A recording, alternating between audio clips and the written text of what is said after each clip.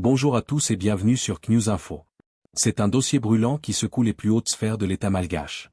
Un dossier où se mêlent désormais soupçons de complot et scandales financiers, l'affaire Marie-Michel Saondrarimalala.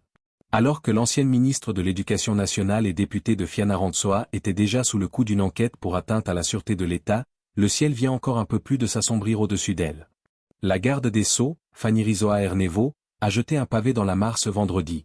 L'ex-ministre est désormais formellement accusé de détournement de fonds publics. Preuves numériques saisies sur un disque dur, levée d'immunité parlementaire en urgence et placement en détention provisoire à la prison d'Avaradrano. Comment la machine judiciaire s'est-elle accélérée? S'agit-il d'un assainissement profond ou d'une chute politique orchestrée? Nos envoyés spéciaux et nos analystes décryptent pour vous les dessous de ce séisme judiciaire. Tout de suite, le reportage. Affaire Saondrarimalala, double front judiciaire pour l'ex-ministre. Le paysage judiciaire malgache est secoué par l'incarcération de Marie-Michel Saondrarimalala.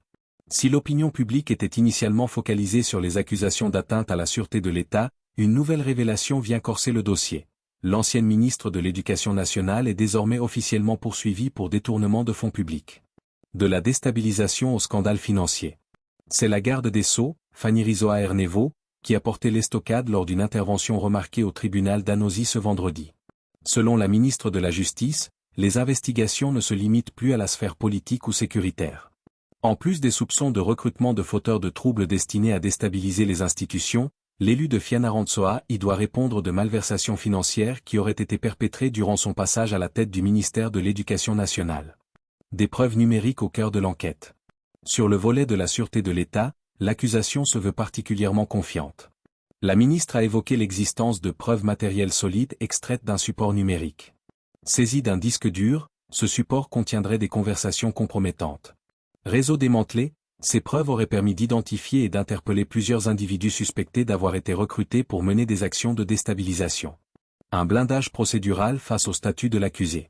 Consciente de la sensibilité du dossier, Fanny-Rizzoa Ernevo a insisté sur la rigueur de la procédure.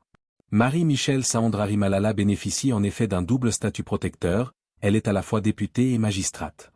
Pour garantir la légalité des poursuites, plusieurs étapes clés ont été franchies. Levée de l'immunité parlementaire et émission d'un ordre de poursuite par l'Assemblée nationale. Autorisation spécifique liée à son statut de magistrate. Désignation d'un magistrat instructeur auprès de la Cour suprême pour piloter l'enquête. Toutes les procédures légales ont été respectées, a martelé la garde des Sceaux, balayant ainsi les accusations éventuelles de vice de forme ou de persécution politique. Détention provisoire à Avaradrano. En raison de la qualification de crime contre la sûreté de l'État, les autorités ont eu recours à une garde à vue prolongée, pouvant atteindre 15 jours conformément à la législation en vigueur. Bien que la défense de l'ex-ministre assure que ses droits sont préservés, le verdict du juge d'instruction a été sans appel. Marie-Michel Saondrarimalala a été placée en détention provisoire. C'est derrière les barreaux de la prison d'Avaradrano qu'elle préparera sa défense en attendant l'ouverture de son procès.